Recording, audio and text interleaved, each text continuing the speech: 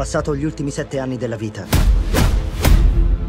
a vivere i miei sogni più sfrenati. Bianca, Rocky, mio padre.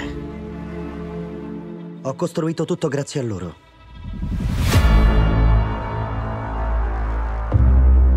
Amico, cerchi qualcosa? Mi fai un autografo? Non firmo autografi, levati dalla macchina. Non ti ricordi di me, eh?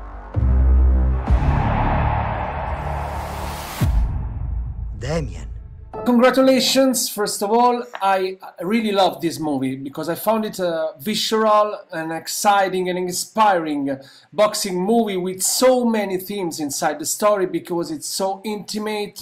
It talks about broken brotherhood, personal growth, but in particular it is an origin story, a sequel and a trilogy all in one, and it is very incredible. So is the mixing of all these stories and themes the secret of success of Creed 3 in your opinion?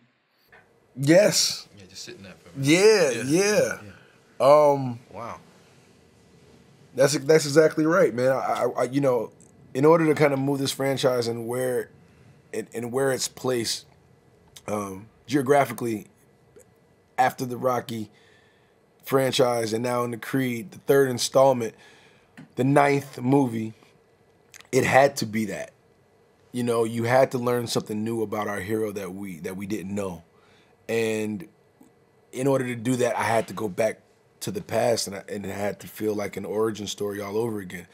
And then we skip forward and we pick him up, you know, present day, and we're allowed to see why he is the way he is, you know. Where are his flaws? How do we make him feel more like an underdog, you know, all over again? And then, you know, you bring the manifestation of that as in Damien into the picture, and then we're on, you know, and then it kind of rolls from there. It's crazy after that. It's crazy. It's crazy after that. You guys can be really good. At the same time. Jonathan, Damien comes back in the life of Adonis like an earthquake because he embodies a lot of things, embodies guilt, resentment, wrong choices too. And Damien is ready to challenge all Adonis has built and believe to be earned. So for this reason, Damien is probably the most difficult opponent for him because it's most unexpected for him. I'm right with you, bro. Yeah, you're exactly right there. You know, the Creed that we meet, the Creed that we know from 1 and 2, and we were greeted with in 3, is a man that is built fully on a solid foundation. We've watched it happen, and so when you say Dame is an earthquake, that is exactly right because he's there to disrupt, to test, to challenge everything he holds dear. All the fundamentals of, at this point, the Creed verse, Damian Anderson comes through and challenges.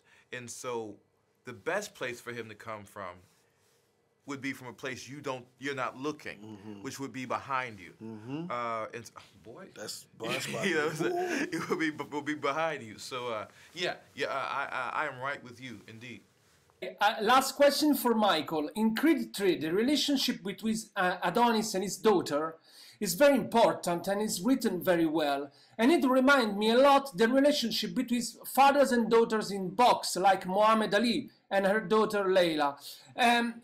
Are Adonis and Amara character inspired by them? You're quickly becoming the favorite of today. They've done the work. You've done the work. Yeah, you've done the work. This is really good. Yes, boxing, we've seen so many times fathers and sons. That's, you know, a typical tradition throughout the sport. You know, Apollo Creed was modeled after Muhammad Ali, you know, respectfully so.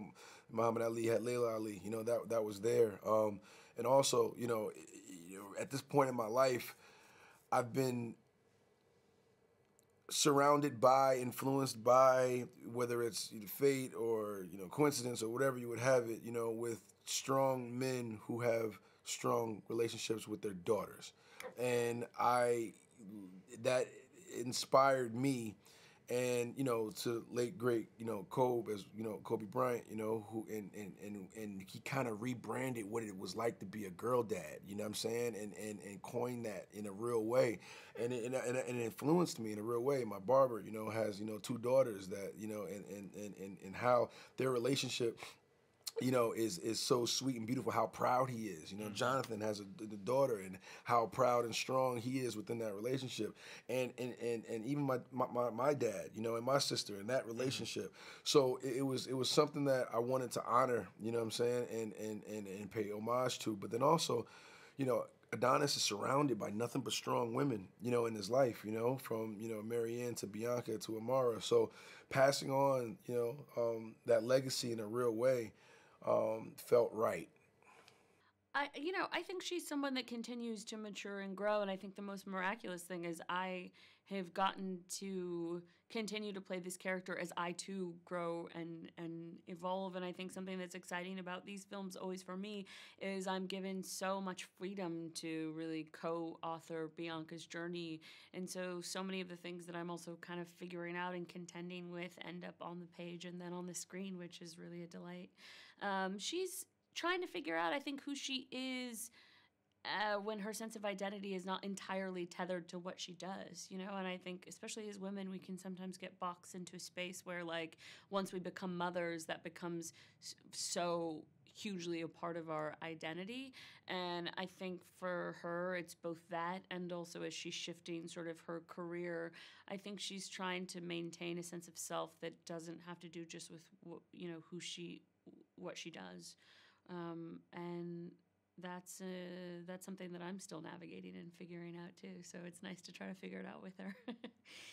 There's something that you're exploring inside of the character that you're also exploring personally, that it feels pressing to you. So you have sort of skin in the game. And then I think also I like to be challenged. And this time around, you know, in the first Creed, getting to write that music and perform that music was a challenge. I had never done something like that before.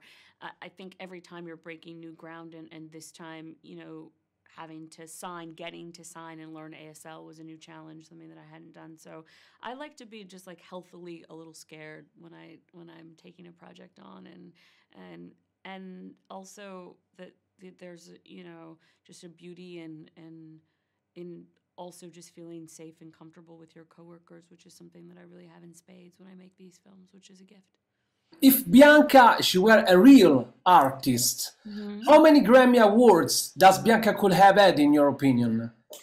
Just under the amount that Beyonce has. So Beyonce is the most Grammy Award winning artist of all time, as she should be. I think she's in like the 30s. So let's say Bianca's at a clean 25. Because she also produces for other people, so she's won Grammys for all the songs she's written for people too. Thank you very much, Tessa. Thank you very much, and good luck. Thanks. Bye. Thanks so much. Quanto sei stato dentro? 18 anni, fratello. Sono uscito una settimana fa. Sono contento di rivederti. Sono stato lontano a lungo, ma sto in forma, ho ancora benzina nel serbatoio. Vieni in palestra. Grazie. Che è successo tra voi due? Non te l'ha detto? Eravamo come fratelli. Il più bravo ero io, però, ma non ho mai avuto l'occasione per dimostrarlo. Carina! Che fai? Mi vuoi fare male? Basta! So che stai facendo, Donny. Tu a quello non devi niente. Damien è in lotta col mondo e vuole far male alla gente. Ho garantito per te. Sarei matto. Passa metà della vita in cella, vedendo un altro che vive la tua vita. Sono venuto a prendermi tutto. Adesso minacci? Tu mi nascondi qualcosa. Damien era un fratello. Ora basta chiacchiere. Forse lo devi affrontare. Do what I gotta do. Some of my methods you might disagree with me. These are family ties. I recognize mine. I know that they needed me. Post-traumatic stress, watch it manifest. Got my only fear. I ain't scared of death. Did you hear me yet? I ain't scared of death. Did you hear me yet? What you gonna do? Threaten to take my breath? Devi liberarti della paura. Del senso di colpa. Di qualsiasi cosa fosse e affrontare quello che vedi. I feel those chains are breaking, yeah. I fear God, I don't fear death. I see those stripes and take a step.